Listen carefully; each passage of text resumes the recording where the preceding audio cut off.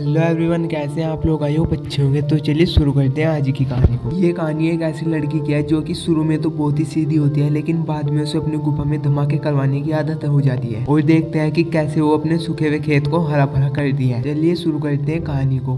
कहानी के शुरुआत में हम एलिस नाम की एक लड़की को देखते हैं, जहाँ पर वो पढ़ती है कि स्कूल के नियम बहुत ही सख्त थे। जैसे कि कोई भी लड़की छोटी स्कर्ट पहन कर आती थी तो उसे सजा दी जाती थी। इसके बाद हम क्लास का सीन देखते हैं, जहाँ पर फादर मर्फी सभी बच्चों को सेक्सुअलिटी का चैप्टर पढ़ा रहे थे। फादर सभी बच्चों को बताते हैं कि किसी लड़के या लड़की को इंटीमेट तभी होना चाहिए जब उनकी शादी हो चुकी हो। अगर वो बिना शादी के किसी के करीब आना चाहते हैं तो ईश्वर की नजरों में ये सब कुछ पाप माना जाएगा। अभी क्लास का एक लड़का फादर से पूछता है कि अगर इंटीमेट होना गलत है तो क्या हाथ का इस्तेमाल करना भी गलत है? तभी फादर उसे बताता है कि तुम हाथ गाड़ी चलाकर बच्चे पैदा नहीं कर सकते, इसलिए ये भी पाप है और गॉड हर जगह है, इसलिए ऐसा कभी भी मत करना। क्लास खत्म होने के बाद एलिस अपनी फ्रेंड लोरा से मिलती है। लोरा एलिस से बोलते हैं कि मैं स्कूल के नियमों से तंग आ गई हूँ, क्योंकि स्कूल वाले इंटीमेट होने को भी पाप समझते हैं। और वो एलिस से पूछते हैं कि क्या मास्टरबेट करना भी पाप है? तभी एलिस मना कर देती है कि इसमें कोई भी पाप नहीं है, ये तो हर कोई इंसान करता है अपनी खुशी के लिए। के बाद एलिस अपने घर पर आ जाती है, जहाँ पर वो अकेली थी, इसलिए एलिस अपने कंप्यूटर पर बैठकर किसी से चैट करने लगती है। और तभी एलिस को किसी अनजान आदमी का टेक्स्ट मैसेज आता है, जिसमें उसने गपागप करते हुए का एक फोटो भेजा था। फोटो को देखकर पहले तो एलिस को शर्म आ गई थी, लेकिन एलिस को फिर से उस फोटो को देखने की जिज्ञासा होती है, इसलिए वो उसे देखने लगती है। और तभी वो आदमी एलिस को मैसेज करके उससे उसकी एज और लोकेशन पूछता है, और फिर एलिस भी उसे अपना बायोडाटा दे देती है। और फिर वो आदमी एलिस से उसका फोटो मांगता है, तो एलिस भी समझदारी के साथ अपनी बेस्ट फ्रेंड की फोटो सेंड कर देती है। उसका फोटो देखकर वो आदमी कहता है कि वाह क्या बात है, तुम कितनी खूबसूरत हो। ये सुनकर तभी दोनों के बीच में पलंग तोड़ वाली बातें होने लगती है। इससे अब एलिस धीरे धीरे गर्म होने लगती है। और फिर तभी एलिस अपने स्कर्ट में हाथ डालती है और मजे करने लगती है, लेकिन तभी उसे लगता है कि उसके मॉम डैड आ चुके हैं, इसलिए एलिस जल्दी से अपने कंप्यूटर को बंद कर देती है। और फिर अगले दिन हम एलिस को अपनी बेस्ट फ्रेंड लोरा के साथ देखते हैं, जहाँ पर वो अपनी फ्रेंड से बातें कर रही थी। तभी उनके पास एक लड़की आती है जो कि एलिस से कहती है कि एलिस तुम बहुत ज्यादा कांड कर रही हो, लेकिन एलिस को उसकी बात समझ नहीं आती। तभी लोरा उस लड़की से पार्टी में न आने की वजह पूछती है। तभी वो कहती है कि मैं स्कूल की तरफ से एक ट्रिप पर गई थी और वहाँ जाने के बाद मेरी जिंदगी एकदम से बदल गई है। लेकिन लोरा और एलिस को उसकी बातें समझ नहीं आती। और फिर उस लड़की के वहाँ से जाने के बाद एलिस अजीब तरीके से चॉकलेट खाने लगती है। एलिस को ऐसे चॉकलेट खाता हुआ देखकर उसके पास वाले लड़के उसे हंसने लगते हैं और फिर एलिस वहाँ से चली जाती है। तभी स्कूल की टीचर एलिस के पास आकर एलिस से कहते हैं कि तुम अपनी बॉडी के साथ इतनी गंदी हरकतें नहीं कर सकती, क्योंकि ये गॉड की देन है। तभी एलिस समझ जाती है कि उसकी ये बात पूरे स्कूल में फैल गई है कि वो खुद ही अपने खेत को गीला करती है। और फिर तभी एलिस अपने गुनाहों की माफी मांगने के लिए फादर मर्फी के पास जाती है और उन्हें अपनी आग बुझाने वाली बात बताती है। फादर यहाँ पर एलिस को बताते हैं कि शादी से पहले ये सब कुछ करना एक गलत है। और तभी उसे फादर कहते हैं कि तुम्हें चर्च में जाकर इसके लिए प्रेयर करनी होगी। और फिर एलिस भी ऐसा ही करती है और चर्च में जाकर अपनी गलतियों की माफी मांगती है और सोचने लगती है कि उसका दिमाग फालतू बातों पर जाने लगा है, इसलिए वो अपने दिमाग को शांत करके स्कूल की ट्रिप पर जाने के लिए गॉड से प्रेयर करती है। और फिर एलिस ऐसा ही करती है, वो स्कूल ट्रिप पर जाती है। लोरा भी उसी ट्रिप में जा रही थी, क्योंकि उसे उसी ट्रिप में एक लड़के को पटाना था। थोड़ी देर बाद वो सभी उसी जगह पर पहुंच जाते हैं जहाँ पर उनका कैंप था। कैंप से कुछ बच्चे बाहर आते हैं जो कि इनके ग्रुप के लीडर थे। उनमें हम एक लड़के को देखते हैं जिसका नाम क्रिस था। क्रिस को देखते ही एलिस की गुफा में हलचल मचने लगती है। और फिर तभी वहाँ के इंचार्ज वहाँ पर आती है और उन सभी को अंदर लेकर जाती है। नैना एलिस से उसका फोन मांगती है, क्योंकि ट्रिप पर फोन अलाउ नहीं था, ताकि बच्चों का ध्यान फोन में ना लग के ट्रिप पर लगे। लेकिन एलिस नैना को अपना फोन नहीं देती और उसे झूठ बोल देती है कि उसके पास अभी फोन नहीं है। उसके बाद सभी बच्चों को हॉल में बैठाया जाता है, जहाँ पर फादर सभी बच्चों का अलग अलग ग्रुप बनाते हैं। और एलिस क्रिस के ग्रुप में थी, इसीलिए एलिस के मन में लड्डू फूटने लगते हैं। और फिर फादर मर्फी सभी बच्चों को कहते हैं कि तुम यहाँ पर आए हो, ये ईश्वर ने पहले से ही लिख रखा है और तुम 4 दिन तक यहाँ पर रहकर अपनी जिंदगी के बारे में सीखोगे, और यही सब कुछ ईश्वर चाहते हैं। इसके बाद फादर सभी बच्चों को एक पेपर देते हैं जिस पर फीलिंग के बारे में लिखा हुआ था। फादर सभी से कहते हैं कि तुम सभी को इस फॉर्म पर टिक करके बताना है जो भी तुमने यहाँ पर आने से पहले महसूस किया हो। तभी सभी बच्चे अपने अपने मूड को टिक कर देते हैं, लेकिन एलिस टर्न ऑन पर टिक कर देती है, क्योंकि वो पहले किसी के साथ इंटीमेट होना चाहती थी। लेकिन एलिस इस बात से घबरा जाता है कि अगर इस बात का सभी को पता चल गया तो सभी उसकी मजाक बनाएंगे, इसलिए वो उस टिक को हटाती है। लेकिन इससे पहले ही उन सभी के पेपर सबमिट कर लिए जाते हैं। इसके बाद नैना वहाँ पर आकर कन्फेस करती है कि मुझे लगता था कि मेरे पेरेंट्स मुझे प्यार नहीं करते, लेकिन यहाँ पर आने के बाद मेरी लाइफ इतनी चेंज हो गई कि मुझे भी लगने लगा है कि मेरे मॉम डैड मुझसे बहुत ज्यादा प्यार करते हैं। इसको ऐसा क्यों लगता है ये सब कुछ आगे पता चलेगा। और फिर अगले सीन में हम रात को एलिस को देखते हैं, जो कि एक नोकिया की मोबाइल में स्नैक वाला गेम खेल रही थी। आउट होने पर फोन जब भी वाइब्रेट होता है तो उसके एक आइडिया आता है और वो अपने मोबाइल को अपनी टांगों के बीच में रख लेती है, जिससे उसको बहुत ही अच्छा फील हो रहा था। अगले दिन सभी बच्चे जंगल में घूमने के लिए जाते हैं, जहाँ पर एलिस जानबूझकर अपने आप को चोट पहुंचा लेती है। और तभी उनके ग्रुप का लीडर जो कि क्रिस था वो उसके पास आता है और फिर क्रिस एलिस को अपनी गोद में उठाकर एलिस को उसके कैबिन में छोड़ देता है। तभी एलिस के पास नैना आकर एलिस से पूछती है कि तुम्हारी चोट कैसी है और कहती है कि जल्दी से बाहर आ जाओ ताकि हम एक ग्रुप फोटो ले सके। और फिर तभी एलिस का फोन वाइब्रेट होता है, जिससे नैना को उसके फोन के बारे में पता चल जाता है। नैना एलिस से कहते हैं कि मैंने तुमसे पहले दिन फोन मांगा था, लेकिन तुमने मुझसे झूठ बोला था कि मेरे पास फोन नहीं है और अब मुझे इसके बारे में फादर से बात करनी होगी। इसके बाद सभी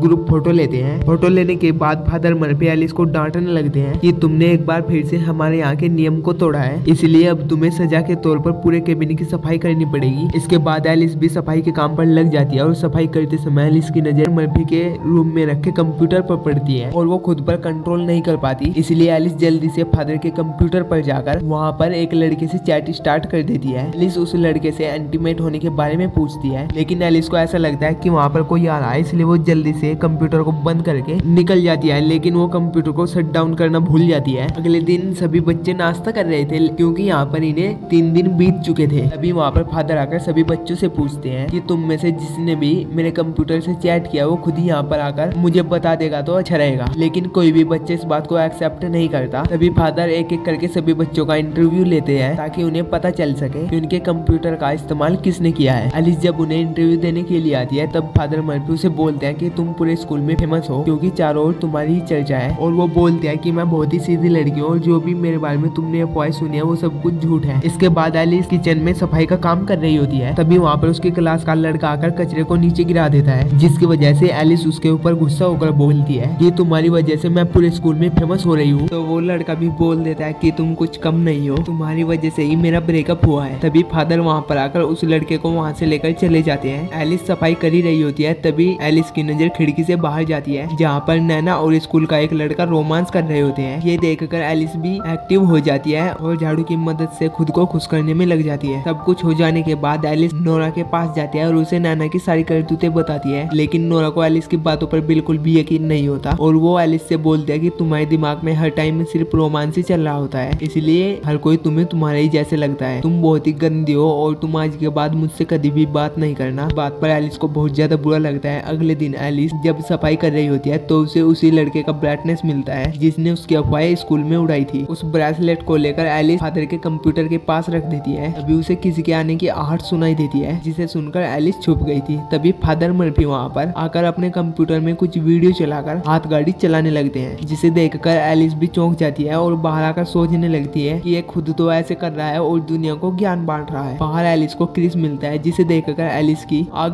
भड़क चुकी थी। वो क्रिस को अब किस कर लेती है और क्रिस भी एलिस को आराम से किस करता है, लेकिन क्रिस को एहसास होता है कि वो अब गलती कर रहे हैं, इसलिए अब क्रिस वहाँ से भाग जाता है। और फिर रात को सभी एक ग्रुप बनाकर एंजॉय कर रहे होते हैं, लेकिन एलिस का तो सुबह की घटना को सोच सोच कर ही दिमाग खराब हो रहा था और फिर वो सभी को वहीं पर छोड़कर एक बार में आ जाती है। वहाँ पर एलिस को जिना नाम की एक लेडी मिलती है। वो एलिस को परेशान देखकर उससे बातें करने लगती है और फिर एलिस उसे अपनी परेशानी बताती है कि लोग जैसे अंदर से होते हैं वो बाहर से वैसे बिल्कुल भी नहीं होते, और मैं जिस स्कूल में पढ़ती हूँ वहाँ पर हमें छोटी छोटी गलती पर भी सजा दी जाती है। तभी जिना उसे बताती है कि मैं भी छोटी थी और मैं भी उसी स्कूल में पढ़ी हूँ, इसलिए मुझे पता है कि तुम्हें कैसा लग रहा है। थोड़ी देर बातें करने के बाद जिना एलिस को उसके कैंप के बाहर छोड़ देती है और एलिस से कहते हैं कि तुम्हें जल्दी अपने स्कूल को चेंज कर देना चाहिए ताकि तुम अपनी मन की इच्छा पूरी कर सको। अगली सुबह जब सभी बैठे हुए होते हैं तभी फादर मर्फी वहाँ पर आकर उस लड़के को अपने साथ ले जाते हैं जिसने एलिस की अफवाह फैला रखी थी, और दूसरी ओर लोरा भी एलिस के पास आकर उससे अपनी सारी गलतियों की माफी मांगती है और उससे कहते हैं कि मैं शर्मिंदा हूँ कि मैंने तुम्हें इतनी अश्लील समझा, बल्कि सारे कांड तो उस लड़के ने किए थे। इसके बाद सभी का वहाँ पर लास्ट दिन था और सभी अपनी अपनी बातें कहते हैं। तभी वो लड़का आकर अपने किए हुए कांड के बारे में सभी को बताता है और सभी से सॉरी भी मांगता है। और फिर जब एलिस की बारी आती है तो वो सभी से बोलते हैं कि यहाँ पर हर कोई अपनी सच्चाई छुपा कर बैठा है क्योंकि सभी के चेहरों पर एक नकली फेस है जो वो दिखाना नहीं चाहता। के बाद एलिस अपने घर पर आ जाती है और फिर वो अपने नए स्कूल के बारे में देखती है। और फिर अगले दिन जब एलिस नए स्कूल में जाती है तो उसकी मुलाकात वहाँ पर क्रिस से होती है, जो कि एलिस से उस दिन हुए कांड के बारे में माफी मांगता है और अब वो दोनों एक अच्छे फ्रेंड बन जाते हैं। इसके बाद एलिस कन्फेस करने के लिए फादर के पास जाती है और वो फादर को बताती है कि जब मैं टूर पर गई थी तो मैंने वहाँ पर एक आदमी को वीडियो वीडियो देखते हुए हाथ गाड़ी चलाते हुए देखा था। अब आपको पता है कि वो मर्फी था, लेकिन मर्फी इस बात को मानने से इनकार कर देता है और एलिस से कहते हैं कि किसी को ऐसी हरकत करते हुए देखने में भी पाप है, इसीलिए तुम चर्च में जाकर गॉड से प्रेयर करना। और फिर एलिस घर पर आकर अपने कंप्यूटर में अच्छे वीडियोस चलाकर खुद को ही खुश करने लग जाती है और इसी के साथ यहीं पर ये कहानी भी एंड हो जाती है। Thanks for watching my video. और अगर आपको कहीं से वीडियो अच्छी लगी हो तो मेरे चैनल को सब्सक्राइब जरूर करना और मिलते हैं आपसे ऐसी वीडियो के साथ। तब तक के लिए टेक केयर, बाय बाय।